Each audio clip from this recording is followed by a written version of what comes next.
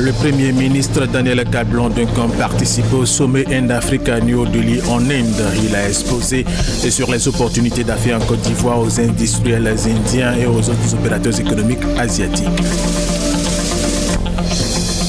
Élection du nouveau directeur régional de l'OMS pour l'Afrique à Cotonou au Bénin. 5 candidats étaient en lice. C'est le docteur Matshidiso Rebecca Moeti du Botswana qui l'a emporté. Aux États-Unis d'Amérique, les républicains ont battu les démocrates aux élections de mi-mandat. Les républicains prennent le contrôle du Sénat et maintiennent leur majorité à la Chambre des représentants. Ils contrôlent désormais complètement le Congrès. Mesdames et messieurs, bienvenue et merci de regarder RTI. Nous émettons à partir d'Abidjan. Un conseil des ministres s'est tenu ce mercredi au palais présidentiel en présence du président de la République Alassane Ouattara. Plusieurs questions ont été débattues pour la bonne marche de la Côte d'Ivoire. Nous reviendrons sur ce conseil des ministres dans nos prochaines éditions. Et puis, le président de la République, Alassane Ouattara, se rend ce mercredi à Accra, au Ghana, où il va participer au sommet de la CEDEAO prévu pour demain dans la capitale ghanéenne. Hier, mardi, le président de la République était à Yamoussoukro et il a rendu une visite de courtoisie et d'amitié au président Blaise Compaoré qui séjourne dans la capitale politique ivoirienne depuis le vendredi 31 octobre. À son arrivée à Abidjan, il a été accueilli à l'aéroport international Félix Houphouët-Boigny de Port-Boué par le ministre d'État, ministre de l'Intérieur et de la Sécurité, Ahmed Bakayoko, des membres du gouvernement et du cabinet présidentiel, ainsi que par la hiérarchie militaire. Dans sa déclaration à son arrivée, le chef de l'État a rappelé les liens étroits entre le Burkina Faso et la Côte d'Ivoire. C'est tout naturellement que la Côte d'Ivoire accueille le président Blaise Compaoré à la suite des événements douloureux qui ont secoué ce pays et frère. Nous écoutons le président de la République, Alassane Ouattara. Je viens de rentrer de Yamoussoukro, où j'ai rendu une visite de courtoisie et d'amitié au président Blaise Compaoré. Comme vous le savez, les liens entre la Côte d'Ivoire et le Burkina Faso sont particulièrement étroits. Ces liens ont été matérialisés par la signature d'un traité d'amitié et de coopération entre nos deux pays en 2009. Nous avons d'ailleurs tenu le 4e sommet à Ouagadougou le 31 juillet dernier. Vous connaissez aussi les relations d'amitié que j'entretiens depuis fort longtemps avec le président Compaoré et sa famille. Le président Compaoré a joué un rôle clé dans le retour de la paix dans notre pays, dans le cadre de l'accord politique de Ouagadougou. En tant que médiateur, il a permis aux frères ivoiriens de renouer avec le dialogue et de préparer de manière apaisée et démocratique les élections présidentielles de 2010. La Côte d'Ivoire est reconnaissante au président Compaoré. C'est donc tout naturellement que nous l'accueillons chez nous à la suite des événements douloureux qui ont secoué ce pays frère. Je voudrais à cet égard présenter mes condoléances les plus attristées aux familles des victimes et souhaiter un prompt rétablissement à tous les blessés. À présent, nous souhaitons que la transition en cours se fasse dans le cadre d'un processus apaisé et constitutionnel, conformément aux orientations de la CEDEAO et de l'Union africaine. Les précédents du Mali et de la Guinée-Bissau devront nous aider en cela. Et comme vous le savez, nous avons un sommet extraordinaire de la CEDEAO à Accra les 6 et 7 novembre prochains.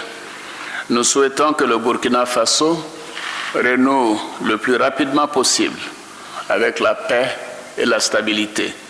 Il y va de l'intérêt de la Côte d'Ivoire et de la sous-région. Risbeck de France 2, la télévision française. Oui. Compaoré, dans quel état d'esprit est-il? Comment vous l'avez trouvé? Non, je l'ai trouvé bien, je l'ai trouvé moralement bien, physiquement en bonne forme, soucieux de ce qui se passe dans son pays et donc impatient que la paix soit retrouvée et que les Burkinabés réapprennent à se parler, à vivre ensemble et à préparer des élections démocratiques. Oui. Oui, bonjour, Valérie Boni, BBC. Oui, j'aimerais savoir si le président Blaise Compaoré va rester longtemps en Côte d'Ivoire ou il est juste de passage. Le président Compaoré restera en Côte d'Ivoire aussi longtemps qu'il le voudra. Je vois qu'il n'y a pas d'autres questions. Je vous remercie. Le chef de l'État ghanéen et président en exercice de la CEDEAO, John Dramani Mahama, ainsi que les présidents nigériens Goodluck Jonathan et sénégalais Macky Sall vont se rendre ce mercredi à Ouagadougou pour rencontrer le lieutenant-colonel Zida, patron de la transition burkinabé, et surtout pour préparer le sommet de la CEDEAO qui se tiendra à Accra demain jeudi. Le président de la République, Alassane Ouattara, nous vous le disions à l'instant, prendra part à ce sommet qui sera en partie consacré à la crise au Burkina Faso. Les trois présidents vont certainement demander au colonel Zida de rendre le pouvoir aux civils comme le souhaite la communauté internationale qui maintient la pression sur lui. Regardez. En quelques jours, la rue a chassé le président Blaise Compaoré. Mais les militaires, qui se sont autoproclamés gérants de la transition politique, sont confrontés depuis plusieurs jours à une forte pression internationale. Nous appelons à nouveau à une transition dirigée par des civils qui respectent l'esprit de la Constitution et organisent aussi vite que possible des élections présidentielles libres. Mêmes inquiétudes et recommandations du côté de l'Union africaine. Réuni à Addis Abeba, le Conseil pour la paix et la sécurité a donné un ultimatum aux militaires. Le Conseil de paix et de sécurité de l'Union africaine a pris note du caractère populaire de la révolte. Nous donnons une période de 2 semaines pour transférer le pouvoir à une administration civile. Si cela n'est pas effectué, l'Union africaine prendra des mesures en fonction de son règlement. Une menace claire de sanctions. Mais les militaires n'ont pas attendu ce délai. Dans la matinée, à l'issue d'un entretien avec le Moronaba, le chef traditionnel de la communauté des Mossi a annoncé que les militaires s'étaient engagés à remettre le pouvoir aux civils. Nous vous le disions dans nos titres, le Premier ministre Daniel Kablan-Duncan participe au sommet Inde-Afrique à New Delhi en Inde. Il a exposé sur les opportunités d'affaires en Côte d'Ivoire aux industriels indiens et aux autres opérateurs économiques asiatiques. Nous avons un envoyé spécial en Inde, Noël Nyagno. Voici son reportage. New Delhi, capitale de la Fédération des Indes, ce mardi. Capitale pour 72 heures de la réflexion sur l'économie mondiale. Centre d'intérêt pour l'édition de World Economic Forum 2014 redéfinit le partenariat public-privé pour un nouveau départ. Arrivé la veille, aux environs de 23h heure locale, 16h30 à Abidjan, Daniel Kablan-Duncan, Premier ministre, ministre de l'économie, des finances et du budget, a situé les enjeux de sa présence à ce forum.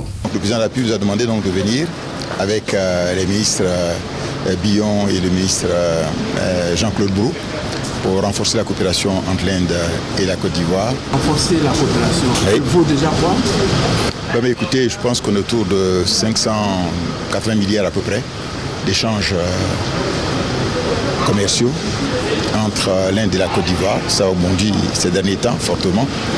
Et nous devrons pouvoir aller plus loin. La deuxième raison, c'est pour rencontrer les autres investisseurs. Il s'agit d'un forum dans lequel les gens viennent de l'extérieur et nous pourrons aussi rencontrer les autres partenaires ici pour faire en sorte que, comme on l'a dit, donc, le secteur privé national et international soit bien sûr le moteur de la croissance en Côte d'Ivoire. Sans des rencontres avec le privé indien, la séance interactive à la Confédération des industries indiennes a servi de rampe de lancement au programme du Premier ministre. Des industriels indiens de tous les secteurs d'activité sont venus s'informer sur le potentiel économique de la Côte d'Ivoire, les opportunités d'investissement et sur les réformes structurelles qui sécurisent les investisseurs, leur investissement et font de la Côte d'Ivoire une destination à privilégier pour tout investisseur. Parce que la Côte d'Ivoire, c'est aussi la porte d'entrée de l'Afrique de l'Ouest avec un marché sous-régional de plus de 100 millions d'habitants. Le reste de la journée s'est fait à pas de course. Audience, panel, rencontre sectorielle en B2B avec un moment culminant de la journée, l'audience accordée au Premier ministre par le ministre indien des Affaires étrangères. Vous vous rappelez certainement, il s'est ouvert lundi à Cotonou au Bénin la 64e session du comité régional de l'OMS pour l'Afrique. Il prendra fin vendredi prochain. Cette session a vu ce matin l'élection du nouveau directeur régional de l'OMS pour l'Afrique. 5 candidats étaient en lice, outre le professeur Thérèse Yoma de la Côte d'Ivoire. Les autres candidats sont du Mali, du Bénin, de la RDC et du Botswana. Chaque candidat a exposé pendant 30 minutes. Le professeur Thérèse Yoma a séduit. Après son exposé, elle a été longuement applaudie, mais l'Afrique de l'Ouest est allée en rang dispersé avec 3 candidats, Côte d'Ivoire, Mali et le Bénin. Et c'est le docteur Matt Chidis Rebecca Moeti du Botswana, de l'Afrique australe, qui l'a emporté. Nous écoutons le ministre ivoirien de l'intégration africaine, Ali Koulibaly, chef de la délégation ivoirienne. Je voudrais dire que sans prétention aucune, nous avions la meilleure candidate pour le poste de directeur régional de l'OMS. Madame le professeur André Yoma a le profil qu'il faut pour exercer des fonctions aussi importantes à l'échelon africain. Elle a fait une très bonne prestation au grand oral hier et tout le monde s'est accordé pour reconnaître qu'elle avait les qualités et les capacités pour diriger cette organisation. Malheureusement, elle n'a pas été élue. Nous le regrettons profondément. C'est la candidate du Botswana qui a remporté ces élections. Le premier commentaire que je voudrais faire, c'est que les pays de l'Afrique du Sud et de l'Est ont voté en bloc et l'Afrique de l'Ouest s'est présentée en ordre dispersé à ce scrutin. Nous payons le luxe d'avoir aligné 3 candidates de l'Afrique de l'Ouest, alors que nous aurions pu faire preuve de solidarité pour avoir ce poste prestigieux de directeur régional de l'OMS. Et Madame Thérèse Yoma n'a pas démérité. Elle a toute la confiance du président de la République qui a suivi de bout en bout sa campagne électorale et ce scrutin. Et nous n'avons aucune raison de nous décourager.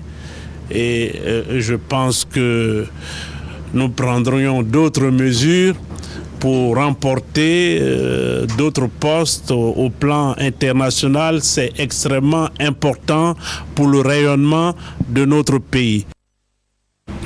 Revenons en Côte d'Ivoire, ouvert lundi à Yamoussoukro, le séminaire des députés ivoiriens sur la question des finances publiques se poursuit. Hier, le président de l'Assemblée nationale s'est rendu à ce séminaire. L'objectif de ce séminaire, selon Guillaume Soro, est de renforcer les connaissances des parlementaires en matière de gestion des finances publiques. Hugues Hervé Blé. Valoriser le rôle des représentants du peuple en matière de définition, suivi et contrôle des politiques publiques, c'est l'objectif du séminaire d'information des parlementaires ivoiriens qui se tient à Yamoussoukro. Il met un accent particulier sur l'évaluation des politiques budgétaires. Après 3 jours de formation, les députés auront à leur disposition les informations sur les changements introduits par les réformes actuellement menées par le gouvernement. Visée ici une meilleure appropriation par les députés du nouveau processus budgétaire et comptable dont ils seront des acteurs essentiels. Quand les différents ministères sectoriels viendront à l'Assemblée nationale pour exposer leur programme, et il faut que les députés soient bien formés, outillés pour apporter une meilleure contribution. Et ceci est important parce que le budget est source de stabilité et d'équilibre de la nation. Ce qui sera dorénavant possible, c'est que les députés auront reçu une formation qui permette, n'est-ce pas, donc, de renforcer leur capacité quant à la possibilité d'aborder les questions liées au budget. Les parlementaires ivoiriens, désormais acteurs compétents de la vie budgétaire ivoirienne, le président de l'Assemblée nationale se réjouit de cette perspective. Le séminaire d'information de Yamoussoukro va en effet permettre aux députés une meilleure analyse du budget de l'État. Dans le cadre de la formation de la recherche maritime, l'Académie régionale des sciences et techniques de la mer de Côte d'Ivoire et l'Institut supérieur des études maritimes du Maroc ont signé une convention de partenariat. Ce partenariat accorde un intérêt particulier à la formation initiale et au perfectionnement des enseignants et cadres techniques et administratifs de ces deux structures de formation du domaine des affaires maritimes. Mamadou Kwasi. L'ARSTM, Académie régionale des sciences et techniques de la mer de Côte d'Ivoire, et l'ISEM, Institut supérieur des études maritimes du Maroc, désormais partenaires dans la formation des recherches maritimes. Un partenariat traduit par la signature d'une convention. Les deux structures s'engagent pour une durée de 3 ans à échanger des programmes, des documents administratifs et des informations techniques. Un comité de suivi est mis en place et est dirigé par les deux directeurs généraux. Karim Koulibaly, directeur général de l'ARSTM, assure que cet accord vise à développer les activités des deux institutions de formation et à renforcer la coopération bilatérale en matière de formation et de recherche maritime entre la Côte d'Ivoire et le Maroc. La responsable de l'ISEM soutient que cette convention vient renforcer les axes de partenariat liés les deux pays à travers une offre de formation initiale pour les étudiants et une formation continue pour les gens de mer. Il faut rappeler que l'ARSTM reçoit les étudiants de 15 pays francophones de l'Afrique de l'Ouest et du Centre. Tout à fait autre chose, des leaders communautaires responsables d'organisations non gouvernementales des régions du Boclé, de la Nawa et de San Pedro étaient en formation. Objectif de cette formation, la vulgarisation de la loi sur le foncier rural dans le sud-ouest de la Côte d'Ivoire. Thérèse Tapeyoboué. En Côte d'Ivoire, 20 000 hectares sur 23 millions sont à ce jour immatriculés au plan national de la superficie agricole depuis la loi en vigueur sur le foncier rural. À San Pedro, seulement 5 personnes ont immatriculé leurs terres. Face à ce constat, le réseau des ONG et mouvements associatifs du Sud-Ouest, Romasco, a initié un atelier de formation.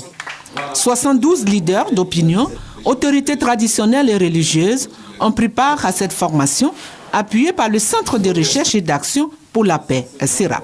Selon le président du Romasco, l'organisation de cet atelier se justifie parce que l'ouest de la Côte d'Ivoire, ayant accueilli de nombreuses populations allogènes et allochtones à la recherche de terres cultivables, fait face à de nombreux litiges fonciers qui entraînent souvent des violences entre les différentes communautés. L'atelier a été marqué par plusieurs communications et un plaidoyer en direction des gouvernants pour l'allègement de la procédure pour faciliter l'immatriculation des terres aux populations rurales. Il a été demandé aux populations de mettre avant tout de la bonne volonté et de la bonne foi dans la gestion des questions de terre afin d'éviter des conflits. L'édition 2014 du Salon international du livre d'Abidjan s'ouvre ce mercredi. La rencontre se tient autour du thème « Le livre au cœur de l'émergence ». Une innovation de taille cette année, la mise en place d'une bibliothèque permanente qui va récompenser les lecteurs durant le salon. L'émergence de la Côte d'Ivoire, parlons-en. Le pays se bat avec son président Alassane Ouattara pour que cela se réalise en 2020. Les journalistes ne sont pas en reste. Ils ont mis en place une association. Les journalistes et communicateurs qui la composent ont décidé de promouvoir la paix et la réconciliation et sensibiliser sur la nécessité de préserver la stabilité de la Côte d'Ivoire. Hamza Diaby. La Côte d'Ivoire ambitionne être émergente à l'horizon 2020. Un groupe ivoirien de journalistes et de communicateurs a décidé d'y contribuer. Il constitue l'AJSEM, l'association des communicateurs pour l'émergence. L'AJSEM a été créée pour apporter sa pierre à l'édification d'une Côte d'Ivoire émergente.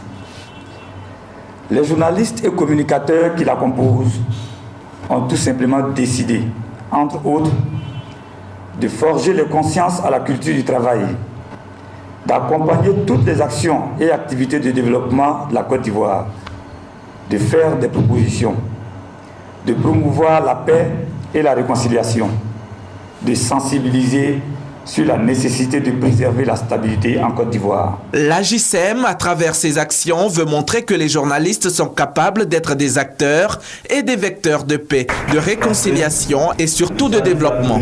Ils sont soutenus dans leur idée. C'est une joie d'être choisi par les jeunes frères pour les accompagner dans ce beau rôle qu'ils ont commencé à mettre dans leurs actions de tous les jours, c'est-à-dire accompagner le président de la République dans le développement, ce que nous avons appelé l'émergence. Donc vous comprenez que les journalistes ont un rôle important dans l'émergence à venir. Selon Bamba Idrissa, les membres de l'association ne se contenteront pas de contempler et d'apprécier ce qui est fait. Ils se permettront de dénoncer les actes anti-émergence des uns et des autres. Lundi dernier, des trafiquants du DEPAM sont tombés dans les filets des forces d'intervention rapide basées à Adiaké. Les éléments du commandant Anno ont saisi sur ces trafiquants 64 bidons d'huile de palme qu'ils ont remis aux responsables des eaux et forêts basés à Adiaké. La mairie de Makori et le ministère de l'Emploi, des Affaires sociales et de la formation professionnelle ont procédé au lancement du projet dénommé Le chômage n'est pas une fatalité, mais aussi à la remise de prise en charge scolaire d'une valeur de 163 millions de francs CFA. L'objectif est de permettre aux jeunes et aux femmes de Makori de s'insérer dans le tissu socio-professionnel. Pascal Koné est Maniamière. J'ai suivi une formation de maintenance informatique et réseau qui a été produite par l'AGEFOP. Et au cours de ces 3 mois, nous avons suivi une bonne formation et je pense que je suis apte à rentrer dans le tissu social. Apte à intégrer le monde professionnel grâce au projet dénommé « Le chômage n'est pas une fatalité » lancé à Makori pour résoudre cette question essentielle. Des prises en charge scolaires, le financement de projets de formation aux techniques d'emploi, de formation à l'informatique et à l'anglais sont entre autres le contenu de ce projet. Il vise l'insertion socio-professionnelle des jeunes et des femmes. Le tout évalué à environ 163 millions de francs CFA. C'est une initiative de la municipalité de Makori soutenue par le ministère d'État, ministère de l'Emploi, des Affaires sociales et de la formation professionnelle. Jeunesse de Côte d'Ivoire, le gouvernement et ses partenaires ont mis à votre disposition 41 milliards de francs CFA. 41 milliards de francs CFA. Et les structures, vous devriez les connaître. Vous devriez savoir que le gouvernement a créé des institutions pour que justement vous alliez donc à ces guichets pour voir quels sont les différents programmes que le gouvernement a mis en place pour vous et que vous-même, vous puissiez vous inscrire et pouvoir bénéficier de ces 41 milliards de francs CFA. Et cela est possible, jeunesse de Makori. Le projet Le chômage n'est pas une fatalité est destiné aux jeunes et aux femmes de Makori en vue de favoriser leur autonomie. L'opération est en cours dans la commune. Les inscriptions sont ouvertes à tous, quel que soit le niveau d'instruction. pour une gestion durable des projets de développement engagés sur l'ensemble du territoire national et particulièrement dans les régions de Côte d'Ivoire. Des nouvelles techniques ont été présentées par l'Union européenne. Ces techniques serviront de tableau de bord pour la réalisation des travaux. Mamadou Kouassi. Ce sont plusieurs projets de développement financés par des institutions internationales qui sont engagés dans la région de la Côte d'Ivoire. Des projets exécutés souvent par les collectivités territoriales et les structures de la société civile. Mais ces projets sont souvent inachevés du fait d'un manque de suivi et de coordination. Désormais, l'Union européenne s'emploie à une gestion saine et efficace de l'aide au développement. La cellule de coordination de la coopération entre la Côte d'Ivoire et l'Union européenne se dote d'un instrument de suivi et d'évaluation de ces projets. Ce système de contrôle a été présenté au ministère technique par les experts. Il est composé d'un manuel de référence, d'un logiciel informatique et d'un module de géolocalisation de ces projets sur fond de cartes numériques. Mis en œuvre par un cabinet de la place, ce système de contrôle et de suivi a été conçu après plusieurs mois d'études et d'analyses diagnostiques. Un travail salué par Daniela Rofi, chef de la section développement rural de la délégation de l'Union européenne. Elle soutient que pour la période 2015-2020, ce sont 173 milliards de francs CFA que son institution va mettre à la disposition pour sa politique de développement. Et cet outil se présente comme un régulateur dans la gestion de ces fonds, car il va permettre d'améliorer le contrôle régulier de l'exécution technique des projets et renforcer la cohérence à travers une meilleure coordination et planification des missions de travail. Après la visite d'État du président de la République Alassane Ouattara dans la région de l'Ifou, plusieurs travaux de réhabilitation ou de construction d'infrastructures socio-éducatives ont été réalisés. C'est pour faire le point de ces travaux que le Conseil régional s'est réuni. Occasion pour le président Koumoué Kofi d'annoncer les grands chantiers qui feront de la région de l'Ifou une région prospère. Kader Sogodogo, RTI Boaké. Après la visite du chef de l'État dans la région de l'Ifou, plusieurs travaux ont été réalisés, notamment l'électrification des villages, le bitumage des routes, l'adduction en eau potable et la construction ou la réhabilitation de certaines infrastructures éducatives et sanitaires. La troisième session du Conseil régional de l'Ifou a été l'occasion pour les membres de remercier le président de la République, Alassane Ouattara, pour toutes ses actions de développement menées pour le bien-être des populations du Ifou. Ainsi, le Conseil régional va orienter ses financements en faveur d'autres projets. Il s'est agi aussi d'adopter le programme triennal 2015-2017. Un programme qui, pour le président du Conseil régional, Koumoué Kofi, permettra le désenclavement de la région pour en faire un carrefour d'affaires et d'épanouissement des jeunes. Ce sont plus de 133 millions de francs CFA qui ont été dégagés par le dit Conseil pour soutenir l'Institut ivoirien de l'entreprise, INIE, dans la création d'emplois des jeunes de la région de l'Ifou. Compte tenu du temps, les points critiques au niveau des routes, au niveau des pistes n'ont pas été respectés. Dans ces conditions, il revient au Conseil régional d'identifier une bonne partie de ces points critiques et de trouver une solution pour pouvoir compléter utilement les efforts du PPU lors du passage du président de la République.